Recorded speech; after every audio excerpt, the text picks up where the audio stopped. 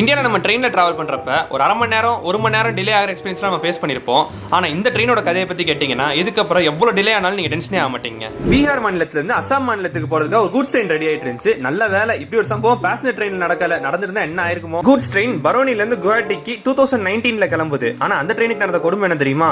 அப்போ அங்கே போய் ரீச் ஆக வேண்டிய ட்ரெயின் ரீச் ஆகலை. 4 வருஷம் லேட்டா 2019 2023 4 வருஷ கணக்குல டிலே ஆனதுல இங்க தான் நம்ம பார்க்க முடியுது. எஸ், இதெல்லாம் வரலாறு.